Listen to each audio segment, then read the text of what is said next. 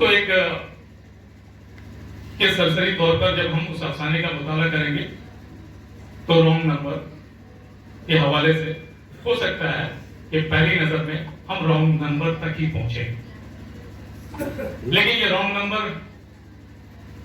صحیح نمبر یا right number کی طرف ہم کیسے پہنچ سکتے ہیں؟ اس میں جو سب سے 6 اہم کردار ہیں اور 6 اہم کردار کے درمیان ہی یہ کہانی گھومتی ہے۔ افسانے کا جو کچھ لکھتا ہے صرف وہ لکھتا نہیں ہے، بہت ساری چیزیں، بہت ساری باتیں ایسی ہوتی ہیں جس کو وہ چھوڑتا بھی جاتا ہے، اور جن باتوں کو وہ چھوڑتا ہے اس میں اس کا وجود نہیں ہوتا، کہیں اس کی تحریر نہیں ہوتی، کہیں کوئی ویسا جواز بھی نظر نہیں آتا، لیکن اس کے باوجود کچھ باتیں ایسی ہوتی ہیں جو نہیں لکھا گیا ہے، وہ اس افسانے کا بہت بڑا حصہ ہوتا ہے، اور وہ فن، وہ مہارت، وہ چالاکی اس افسانے میں نظر آتی ہے کہ جب 6 کردار ہیں، 6 میں ایک معصوم چھوٹا سا بچہ ہے جو پوتا کے روپ میں ہے، اس کے والد ہیں جو اس مرکزی کردار کے بیٹے کی صورت میں ہے، ایک اس بیٹے کی اہلیہ ہے، اور یہاں باپ اور ماں، اور لاسٹ میں ایک اور کردار سے ملاقات ہوتی ہے جو اسٹیشن ماسٹر کی حیثیت سے ہے۔ جیسے ہی افسانہ ختم ہوتا ہے فوری طور پہ جو ردعمل ذہن میں ہوتا ہے اس رونگ نمبر کے حصے، تو وہ رونگ نمبر کون ہے؟ ایک کہ عام طور پہ فیملی میں ایسا ہو سکتا ہے کہ کسی وجہ سے لڑکا اپنے گھر والوں سے ناراض ہو کر کہیں جا سکتا ہے، اور اسے اسی سے جوڑ کر ہم دیکھتے ہیں، اس لیے کہ افسانے میں کوئی ایسا کوئی جواز نہیں ہے، کوئی ایسی بات نہیں ہے، وہ اپنے گھر والوں سے دور گیا ہے، انٹر کی تعلیم، پھر دہلی میں مقیم، اور اس کے 2 سال کے بعد شادی، اور شادی کے بعد ایک نئی زندگی کی شروعات، اور گھر سے بے تعلقی کا شکار، اور پھر فون نہیں کرنا، اور 7 سال کے بعد اچانک ایک دن فون کا آنا، اور اس کے بعد یہ چھوٹے بچے کے ذریعہ یہ بات کہ برتھ ڈے ہے، جو ہمیں پیدائش ہے، اور اس موقع پہ آپ آ جائیں۔ اب ایک سوال یہ ہے کہ یہاں پر اس بچے کو کس نے بتایا، نمبر کس نے دیا؟ یقیناً ان کے ماں باپ نے، کسی ایک کا انتخاب ہم کر سکتے ہیں، بیٹے نے۔ اب یہ معصوم بچہ رونگ نمبر نہیں ہو سکتا، اسے ہم الگ کر دیتے ہیں۔ دوسرا کہ جیسے ہم آگے بڑھتے ہیں ویسے ہی 4 لوگ 2 اسٹیشن میں، 2 گھر پہ، اور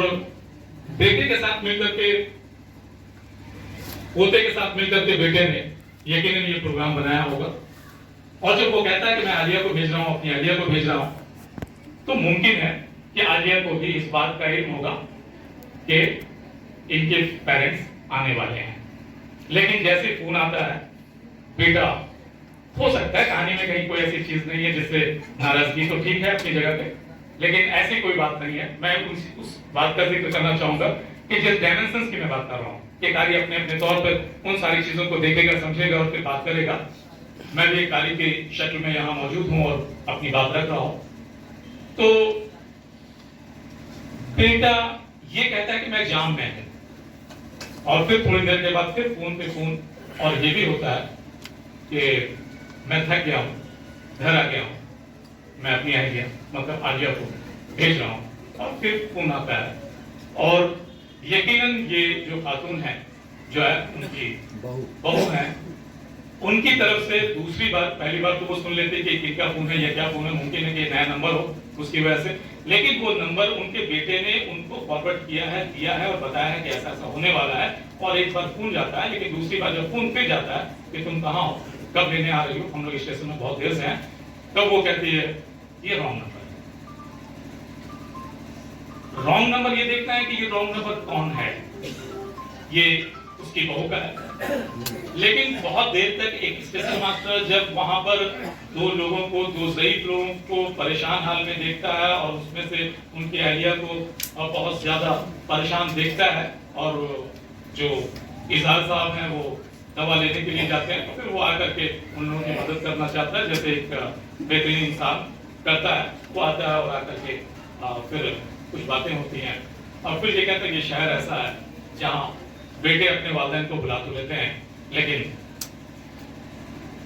اس کی صحیح سے خدمت نہیں کرتے یا اس کو اپنے یہاں نہیں رکھتے. اب یہاں بھی ایک یہ ہے کہ وہ پھر ٹکٹ کٹا دیتے ہیں. میں نے پہلے بھی کہا تھا کچھ چیزیں بین السطور کا حصہ ہوتی ہیں. یہاں ہو سکتا تھا کہ ان کی تلاش کے لیے بھی بات کی جا سکتی ہے, لیکن وہ پھر واپسی کے لیے سیدھا ایک جملہ کہنے کے بعد واپس ان کو جو وہاں جہاں سے آئے تھے وہاں ان کو بھیج دیتے ہیں. چلیے وہ کہانی کا ایک بہت اہم حصہ نہیں ہے, لیکن ایک انسانیت کے طور پہ بہت خوبصورتی کے ساتھ اس افسانے میں پیش کرنے کی کوشش کی گئی ہے اور دکھانے کی کوشش کی گئی ہے, اس میں کامیاب بھی ہے. لیکن پھر کچھ دیر کے بعد بیٹے کا فون آتا ہے. جب یہ لوگ ٹرین میں سوار ہو رہے ہوتے ہیں, شاید سوار ہو چکے ہیں, اس لیے ٹکٹ اس نے لا کر دے دیا ہے, اور بیٹا پھر کہتا ہے کہ ابو آپ کہاں ہیں, میں لینے آ رہا ہوں. اب پھر ایک سوال ذہن میں ابھر سکتا ہے کہ بیٹا رانگ نمبر کیسے ہو سکتا ہے. بیٹے نے پہلے ذکر کیا تھا, بیٹے اس کہانی میں کہیں وہ چیز موجود نہیں ہے, لیکن اس کے باوجود چونکہ وہ پیرنٹس اتنے زیادہ پریشان ہو جاتے ہیں کہ انہیں لگتا ہے کہ یہ ساری چیزیں ایک پری پلاننگ طریقے سے بیٹے نے اپنی اہلیہ کے ساتھ مل کر کے کی ہیں, اور اس لیے یہاں سے رد عمل کے طور پہ جیسے ہی بیٹے کا فون آتا ہے کہ میں ملنے آ رہا ہوں, وہ رانگ نمبر ان کے والدین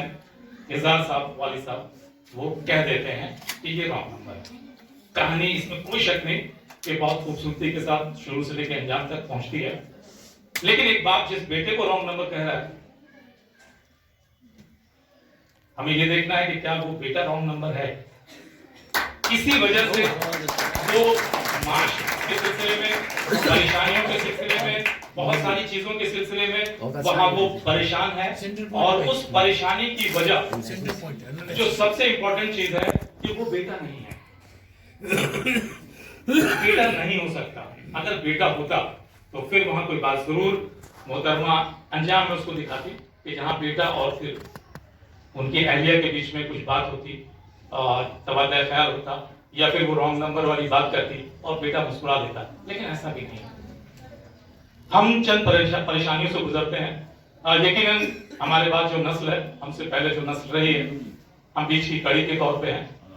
لیکن والدین اور ماں باپ کا جو ایک بچے کے ساتھ جو ریلیشن ہے وہ ہمیشہ سے ہے, ہمیشہ باقی رہے گا. تو اب اس افسانے میں وہ چیز لکھی نہیں گئی ہے, جو چیز لکھی گئی ہے وہ ہے نہیں, اور جو ہے وہ دراصل اس کو پوری کہانی میں بالکل مختصر روپ میں بیچ میں دکھا دیا گیا ہے. یہ بھی ایک کہانی کی بہترین پہچان یا شناخت کے روپ میں اس کو ہم دیکھ سکتے ہیں. تو اس طرح سے یہ دیکھیں کہ 6 کردار میں سے ہمیں لاسٹ میں یہ دیکھنا ہے, کیونکہ ہم جو پڑھنے والے لوگ ہیں, جو آج افسانہ پڑھتے ہیں, جو اردو سے جڑے ہوئے ہیں, یقیناً اردو میں کئی ایک محبت ہے افسانے کے لیے, ایک اپنا ایک خیال رکھتے ہیں. تو اس کے حساب سے ہم آگے بھی اس 6 کے بعد بھی اس رانگ نمبر کی تلاش کر سکتے ہیں, جو ہو سکتا ہے کہ ہمارا آج کا معاشرہ ہو, ہمارا آج کا سماج ہو, ہم جس ماحول میں جی رہے ہیں وہ ہو. بہت ساری چیزیں ایسی ہیں جو کہانی کے افسانے کے انجام پہ بہت ساری باتیں چھوڑ جاتی ہیں, اور اسے ہمیں دیکھنے کی ضرورت ہے. تو میں ایک بہترین افسانہ اس لیے کہہ رہا ہوں, اور انہیں ایک بار پھر مبارکباد دے رہا ہوں. تو اس طرح سے یہ ہے کہ شروعاتی صفحات میں پہلے افسانے کے طور پہ جب ایک بہترین افسانہ مل جائے تو بعد میں دوسرے افسانے کو دیکھنا یا پڑھنا یہ بات کی بات رہے گی. بہت بہت شکریہ آپ لوگوں کا, بہت بہت شکریہ.